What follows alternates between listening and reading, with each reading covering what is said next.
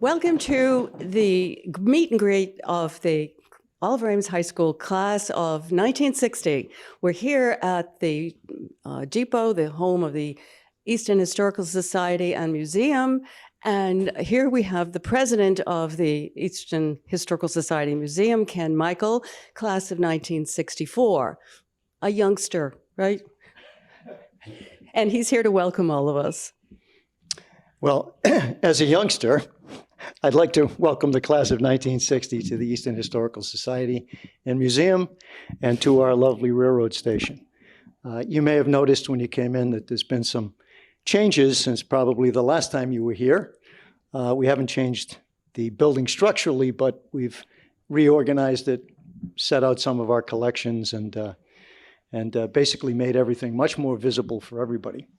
So I hope everyone enjoys their time here today. I know you're only here for a couple of hours, and then you're going to be going for, I guess Priscilla's going to take you for a long walk. I'm not sure where she's going, and I want to check it ahead of time, just in case.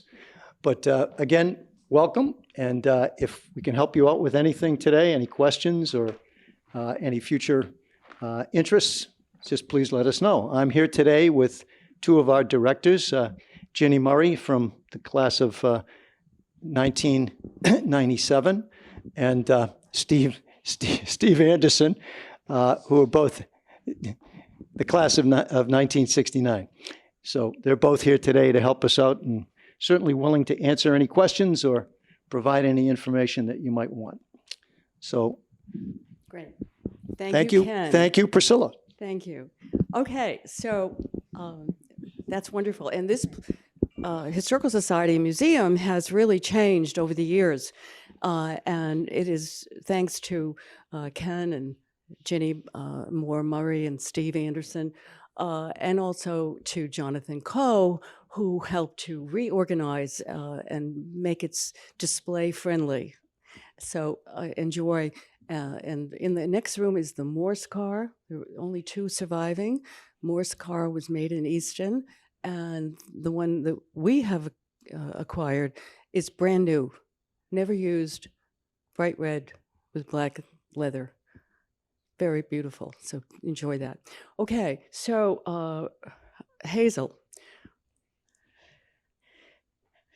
Hazel, would you like to say a few words?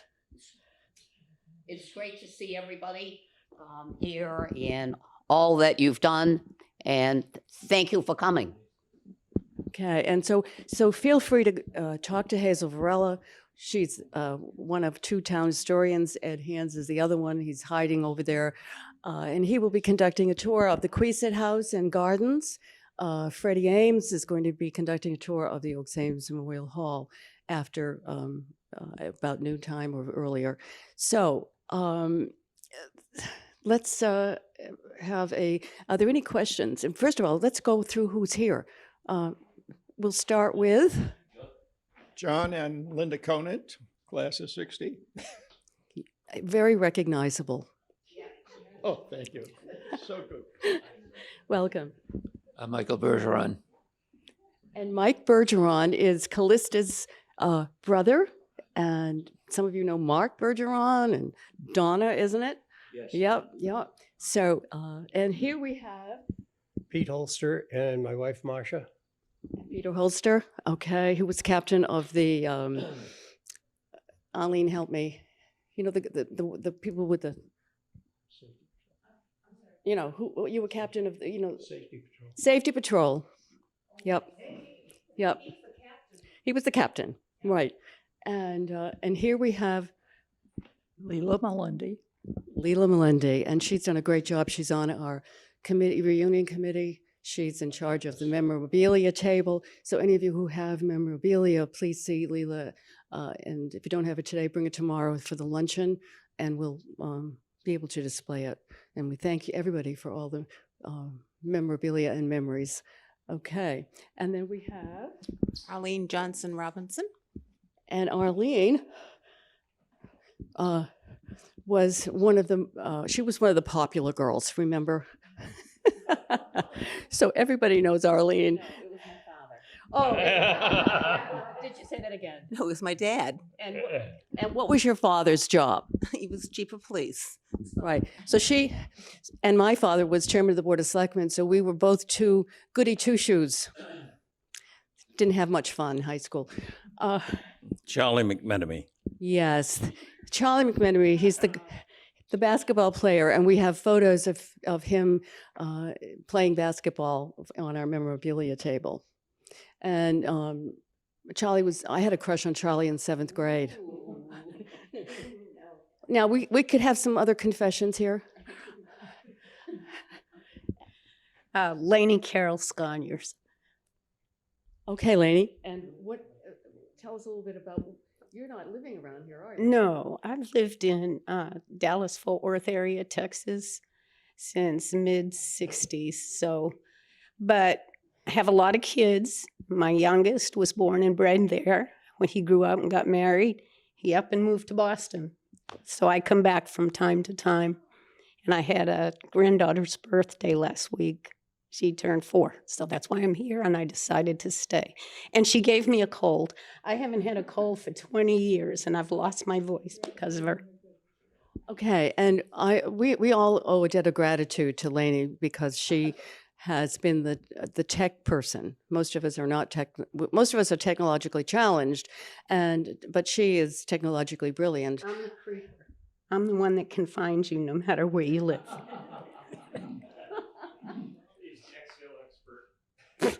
And also, I neglected to mention Leela Melendi, too. Wonderful, wonderful contribution on the reunion committee. And she's a great storyteller. Will you hear her tomorrow? She should have been a stand-up comic. Okay, and so, and here we have? Students, that's appropriate. Stan Clark, my wife Donna.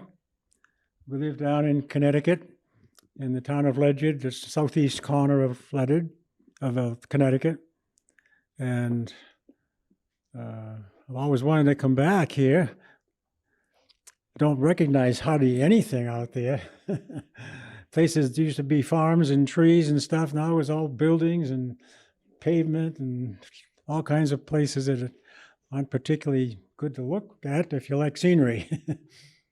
But Okay, and Stan has been riding his bike for Alzheimer's disease. His mother died from the disease, and so he has been, for the last 20 years, I think, you've been riding your bike, and you've raised hundreds of thousands of dollars, and we applaud you for that. And you just had a recent accident on the bikes. Some motorcyclist hit him, and I think that was just a few weeks ago, but you're here, and you survived. yes, several motorcycles forced me off the road when I was doing a training ride. And I crashed in the road, and they just left. But another vehicle came along, had some first aid equipment, and patched me up, and we went to a local facility to get more checks with x-rays and so forth. And everything was negative. And a week after that, I did my ride. 15 cyclists joined me. And the effort has been going on for 25 years, cross country, East Coast, West Coast, down the Mississippi, cross country twice, and for almost $450,000 for the Connecticut Alzheimer's Association. And my new goal is $500,000. But I've had quite a few interviews with media. And I have a website, rideforalzheimers.com. Every ride I've ever done and my interviews that I've had from folks are on that website and reachable. And I'm always looking for people looking to ride with me. I'm aware of Jack Conant over there. He's a cyclist. And maybe he'll join me when my ride one day soon. I'd love to have him. And anybody else.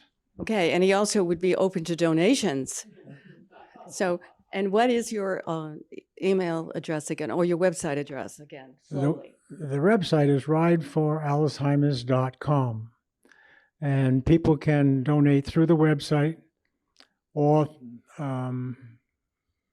they can send a check to me, not made out to me, but made out to the Connecticut Alzheimer's Association. And I don't get any money from this at all. This is all a total donation.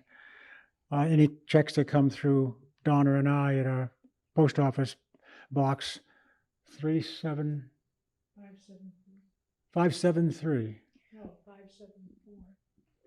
574. Donna, the wife, is correcting him. 574. Gales Ferry, Connecticut. Okay, and what's really wonderful is that this reunion has spurred a recent visit by John Conant and his wife Linda to visit you, Stan and Donna Clark, in Gales Ferry, Connecticut. And so, John, how was that? What kind of a weekend did you have? And it was a reunion, wasn't it? It was just one day, but we had a wonderful time. And They made us a delicious lunch. oh, yeah. And you should see his gardens. I don't know where he has time to bike, but everything is so beautiful and laid out for hummingbirds and butterflies and caterpillars and, birds. I don't know, anything else. Property, yes. So he's got a pollinator garden. So that's a good thing. He's doing, so he and Donna are doing their share of environmental work. And we all need to do that. Very green. Okay.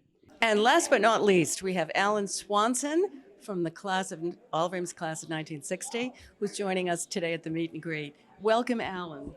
Thank you. I'm glad to be here. And so what is one of your memories of growing up in Easton? Well, it's kind of odd. I mean, living on Pequannock Avenue, and just general stuff, actually, hanging around with Edgar, mostly. Yeah. And having fun. And did you ride a bike too? I had a bicycle. I rode everywhere. Yeah, I rode. Everybody else was getting licenses. I still rode my bicycle. Okay, so he's getting the car licenses, but he was on his bike. All right, so thank you so much, Alan, for coming, and we'll see you tomorrow at the reunion luncheon. Thanks. So thanks, everybody, for coming. Ed, would you like to tell us about what the tour that you're going to give our classmates after this is over? Hi, welcome. Thanks for coming. And I've already learned some stuff. People have come all the way from Texas and Connecticut. The most important thing I've learned is that Charlie McMenemy can actually whisper. If you know Charlie on a daily basis, he can be pretty loud. But you guys are fantastic and portable. So we're going to be going on a walking tour, and we're going to be looking at Queesit House, inside and outside. I have the key. And we are also going to take a look at the beautiful Queesit Garden. And we need to thank the library. And we have a retired board of director member here in Hazel. So please have an opportunity to talk to her. You probably had her in class at some point, as I certainly did when I graduated in 1966. So enjoy your time here, and then when she tells me it's time to leave, we'll leave. Right? Right. There you go. So he's really the boss. Okay, so thank you so much, everybody. I forgot to identify myself in case you didn't recognize me. Priscilla. What did you say, Charlie? Why wouldn't everybody know you? I have no idea, but it's Priscilla Almquist Olson, but known as Priscilla Almquist here in Easton. And I'm so delighted that we have so many classmates who have come distances and locally to share their memories and their childhood with each other, and letting us all know what they're doing now. And it's wonderful to see so many classmates in great health, good shape. What can we say? We're all 81 and 82 this year. Okay, I said it. I'm sorry. But the good news is we don't look it. nor do we act it. I turn 81 next year. Oh, I he was a turns. baby. He's the baby, doesn't turn 81 till next year. So, but okay, so we're all in great shape. Thank you very much for watching.